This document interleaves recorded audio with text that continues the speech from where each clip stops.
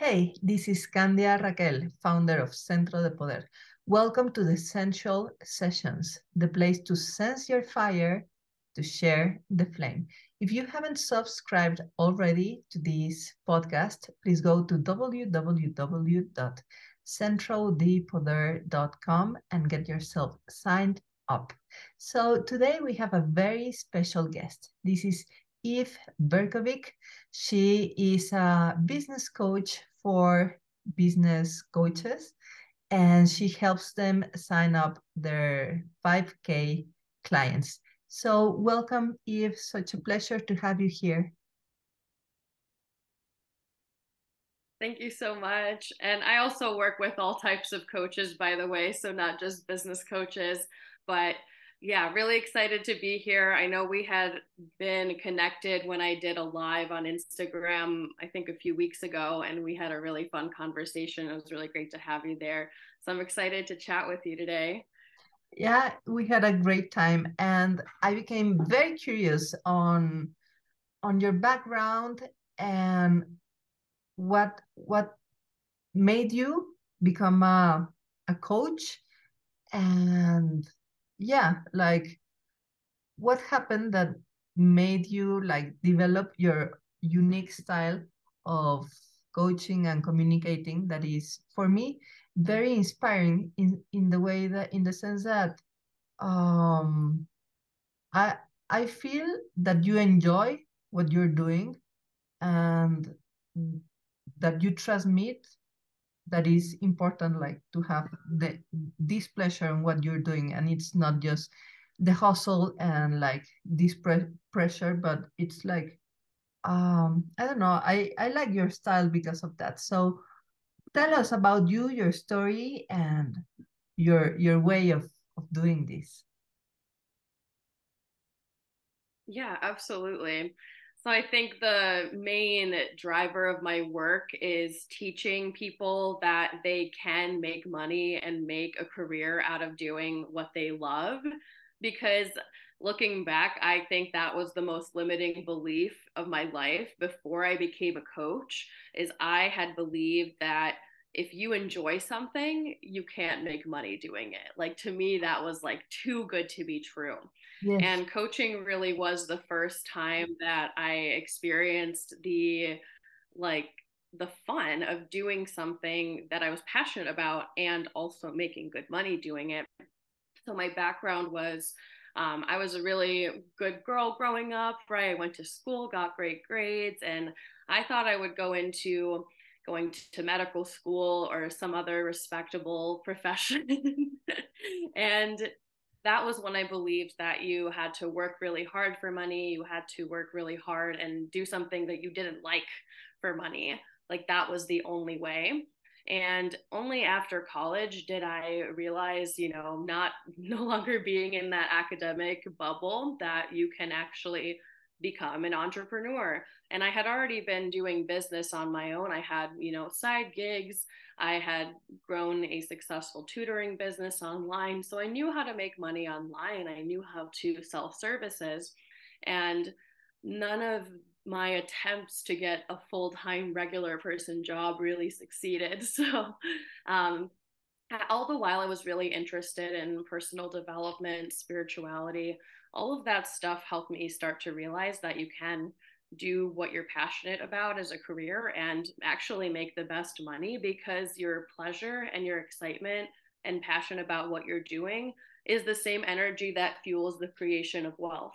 So coaching really showed me that, and I started out as a money mindset coach, helped a lot of other coaches who already had great strategies just flip their subconscious minds to actually allow those strategies to work. And then I ultimately ended up where I am today, where I'm a business coach, still teaching those money mindset and energetic principles, but also adding in the strategy as well.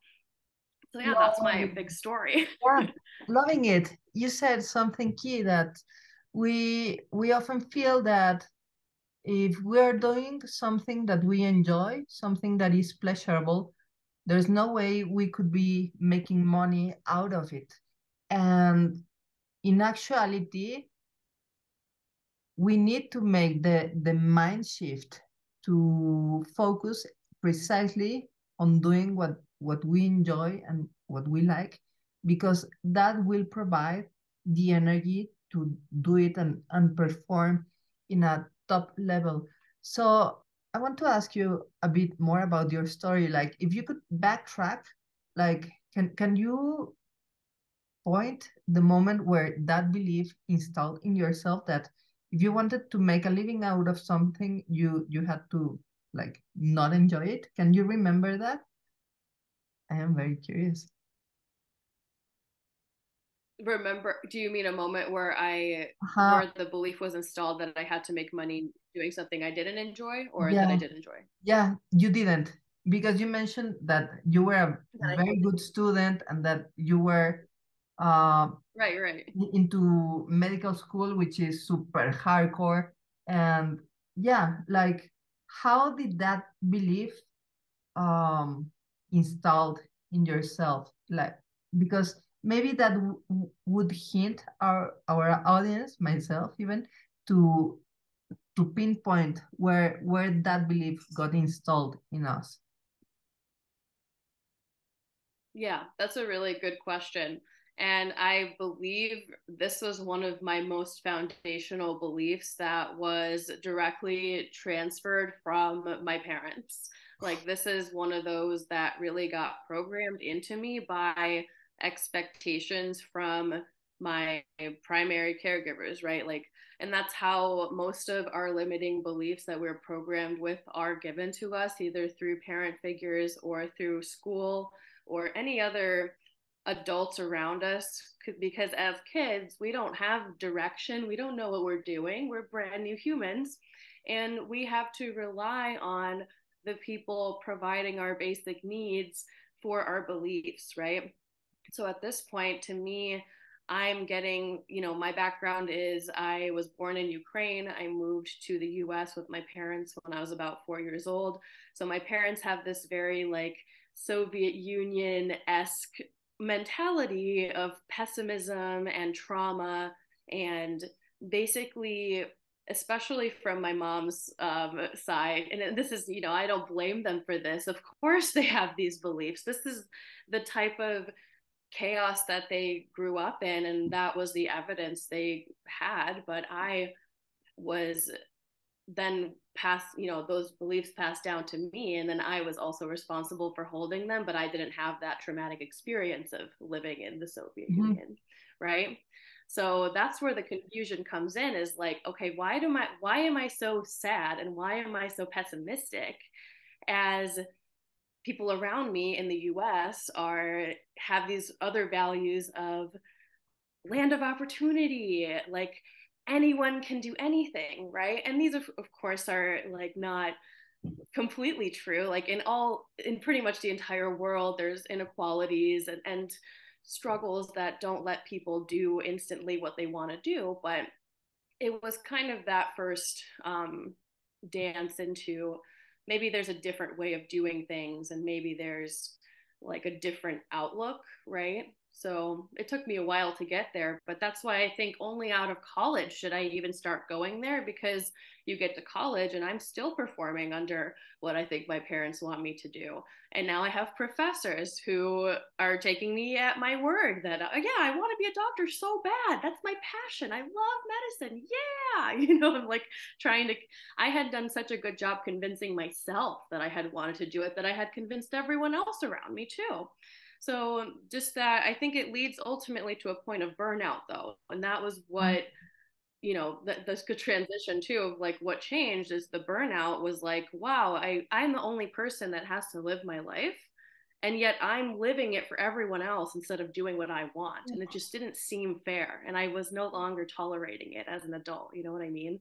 Yeah, yeah. You said something very important, that you realized you were responsible for holding that beliefs, and you reflect like, why were you so sad and why were you so pessimistic, and that you had to, like, you were so convinced that that was what you wanted and your dream, that you convinced everyone around you. So like, your own environment was like bias confirming that you wanted what you actually didn't want it. But I mean, like, it's a huge responsibility to claim the decision to go into medical school. Like, you need to have like excellent grades to start with, and that's not something you work in one semester, but it's like it talks about your A plus trajectory, like to even considering that you have a possibility entering medical school, not even like the medical like professional arena. So like, how did you dare, like, from where did you find like I don't know if it was the courage or like the determination or simply like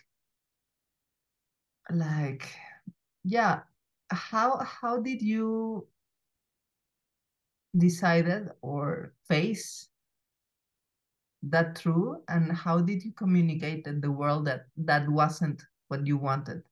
How did that happen? So you mean how did I like change from going towards medical school towards what I Yeah, actually am doing exactly. now? Uh-huh. And what did you tell your Mhm. aunts I on think yeah, Christmas? it was oh right. Yeah, I mean that was I still remember the day that I called my mom in my junior year and third year of college and told her like, "Mom, I don't think I want to go to medical school. Like I don't want to do this." It was that semester that I had taken a class. I'd started taking a class like behavioral neuroscience and I had gotten a 40% on the test. And I was like, this is not happening. Like, I was a very smart person, obviously. Like you said, like, and this is something that I think is a benefit to me. And, not limiting beliefs and not all beliefs that come from trauma are necessarily ones that keep you back. Like, at the same time that I had that traumatic upbringing or like, these are the beliefs that come from a very difficult life. I was also instilled with the beliefs that I am generally a very smart person, that I am very resourceful, that I know how to get things done. And that continues to serve me to this day. But the only thing missing was the direction of where I was putting that energy, right? I knew that it wasn't going to be towards med school because I can't even get more than 40% on these exams. Like this is just the end. My brain is like shutting down. I don't want to learn science anymore. Even though I'm good at it, I just have had run out of the energy. Like there was no passion, no actual pleasure. I didn't care about molecules and neuroscience and all these things in this way. And so really the transition came from just owning that if I were to continue down that path, I might not even like make it. Like I had, to go, it was pretty dark. I had been reading articles about people who were in medical school and graduate school literally committing suicide because they were so burnt out and so depressed. And I was like, knowing I had a history of like mental health struggles, I was like, I can't put myself there and have the same fate. So ultimately, like I just created my own identity and I didn't have aunts at Christmas to tell, I was really lucky that I didn't have too many people watching over me. Like, yeah, people, I have family who care about me and everything, but ultimately I realized as well that a lot of the expectations I had been projecting from my parents had just been my own, right? Mhm. And that I was allowed to release that as well. And so I stopped believing that people were trying to get me to do other things than from what I wanted to do. And I was like, you know what? I'm going to take control. Like, I'm an adult. I'm a grown up now. I can do what's actually aligned with my interests and my passions. And I was relentless. I was like, I'm going to figure this out. And I did. Yeah, and here we are, and you did it. Bam, Here we like are. here we are. Yeah. I am like even a little bit shaky because I can relate with what you say that you were so burned out that you had to ask yourself if that thing that you were so good at was really what you wanted. Because like the body doesn't lie. Like if you're burned out, that's a fact, that's a medical fact. Like you can check your levels and etc. And that's when what you mentioned earlier comes in, that that's why you need to devote your life and work on something that you like and that is pleasurable to you. Because if you're doing what you love, as hard work as it can be, or disorganized as it can be in the beginning, or you're facing problems, if there's pleasure, if the essence of that endeavor is the pleasure on doing it, that will fool you to go ahead, just as what happened on your journey that brought you here. Like you quit the decision on going into medical school, and you made a radical career shift, coaching. And I mean, those are like two completely, like, from hard core science to business, entrepreneurship, and human relations. Like, I mean, it must have taken a lot of practical actions and confidence, and like a lot of hard effort building a new structure, a new life, and a new identity. And I am fascinating on on realizing with such clarity in your story that there was like this pleasure and dissatisfaction on going for something that made you feel alive, that brought you here. So I am wondering, like, what is the biggest challenge that you see in your clients when they are faced with the decision that you took? Like, what are their excuses, or their blind spot, or what is keeping like most people from doing like that step and saying like, no, how I feel is important. I don't want to commit suicide doing something that I am excellent at, and I have, for sure I could find like security, a house, a car, a husband, a boat, vacations, whatever, on that way, but it would lead me to burnout and suicide. Uh, as much recognition and applause I could get, like, because I mean, it's hard, like, just letting go your expectations. So yeah, like what do you see that is most challenging for your clients, and what have you seen that helps them like make that little shift or huge shift? Mm-hmm. Yeah, like my clients who start working with me are in this interesting place where they have, on some level, decided to pursue their passion, right? Like people who go into coaching go into it normally because they love doing it and they really care about this work. And so the toughest challenge really is believing that they are worthy of this career and believing that it is possible for them to create abundance doing this. Because on some level, yes, they do believe possible. Like they've hired me, right? They're out there on social media. They maybe even have signed some clients already. But, and this is really the toughest thing for me in the beginning of my coaching journey, is it's not like your coaching shop and people come in, right? Like the first day and you're making 5K, 10K months the first day that you try.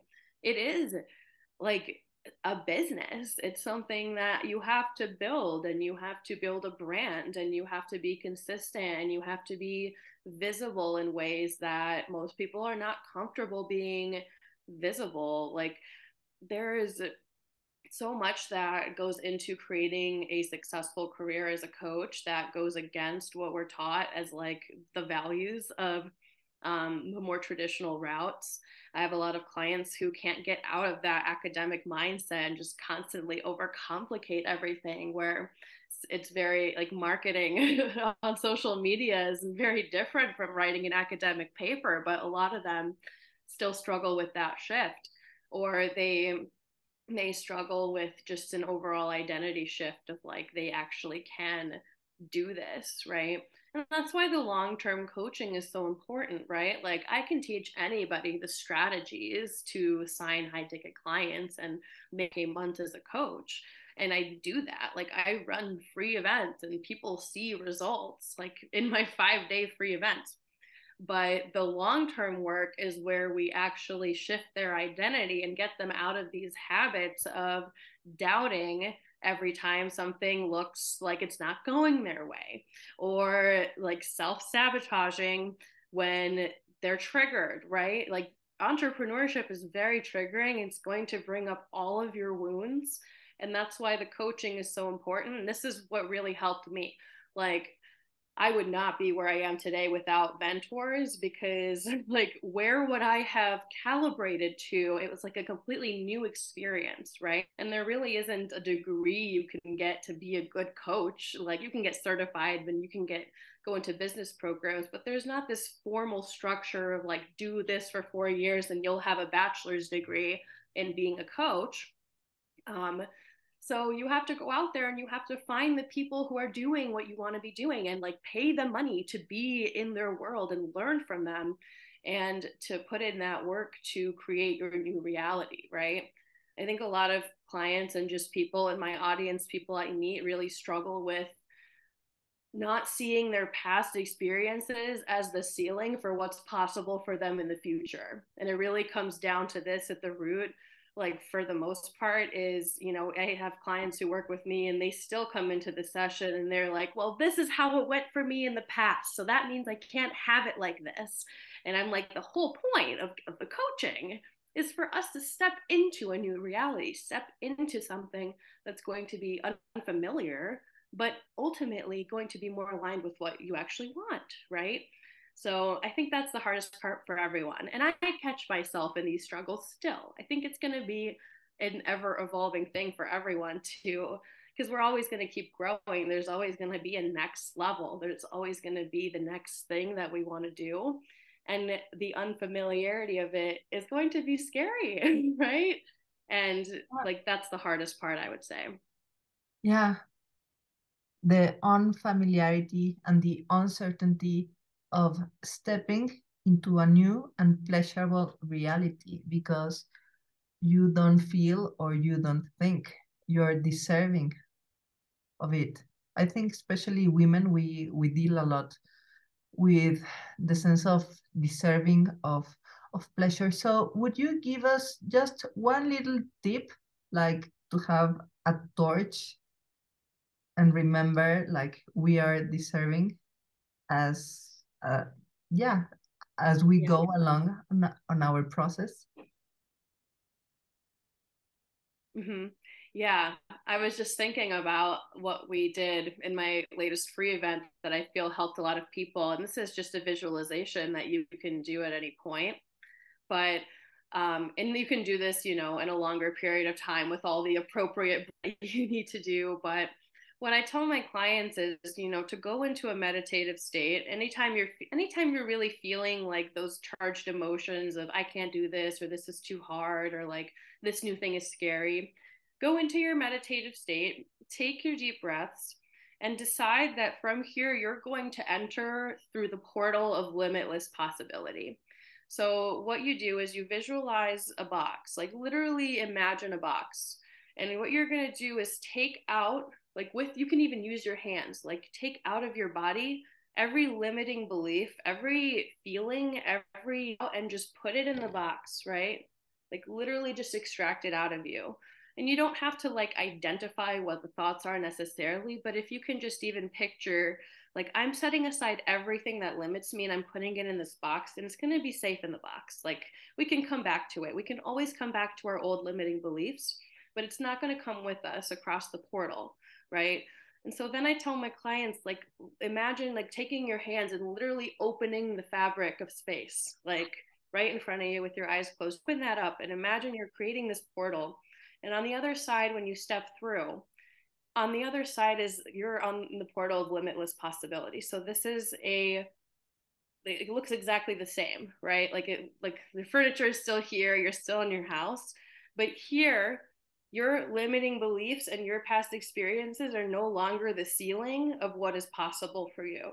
Like, this is limitless possibility, and you're responsible for acting and thinking and believing and feeling in a way that aligns with limitless possibility instead of what you've experienced in the past. And that's what creates really quick results when people work with me, is they might bring up a doubt and I'm like, you forgot to put that in the box before you step through the portal. Like, go back, put it in the box. Like, right? I just don't even, like, I just tell people, don't even go there, right? You left that in the box. So of course you're going to stay stuck if you're thinking about the past and the failures of the past and what didn't work, right? And it's just this very simple act of stepping through the portal and deciding you're not going to do things the old way anymore. I think that's really what I come back to. And every moment that I'm doubting, I'm like, wait, that's not aligned. I should have left that behind. Let me step back through. Sometimes we pretend we stepped through the portal, but we really didn't. We're still in the past. So if you fall out, just get right back in, right? If you fall out, just get back in. Love it. Love this practice of leaving everything behind in the box. And like, if you really need it, you know where it is, but you also know like the consequences. Mm-hmm. And like, stepping into the land of endless possibilities. And would you share with us your, I don't know, your website, your Instagram, so we, the sensualists, can check your work and ask you to help us walk the land of infinite possibilities and live a life of pleasure, satisfaction, and abundance? Absolutely. So my Instagram is where I'm mainly at. That's eve.berko, eve.berko. And that's where I mainly hang out. I'm also on TikTok with the same username, but I'm not super good at TikTok yet, so don't make fun of me. Okay, so go visit eve.berko at Instagram. She posts very, very inspiring things, and go check out her Instagram and contact her to get coached to the lands of endless possibilities and delight. Thank you, Eve. Such a pleasure to have you here. Thank you so much for having me. This was so much fun. And thank you, Sensualist, for being here at the Sensual Sessions podcast. If you haven't subscribed already, please go to centrodepoder.com and get yourself signed up to get these episodes weekly on your email. Until next time, remember to sense your fire and share the flame.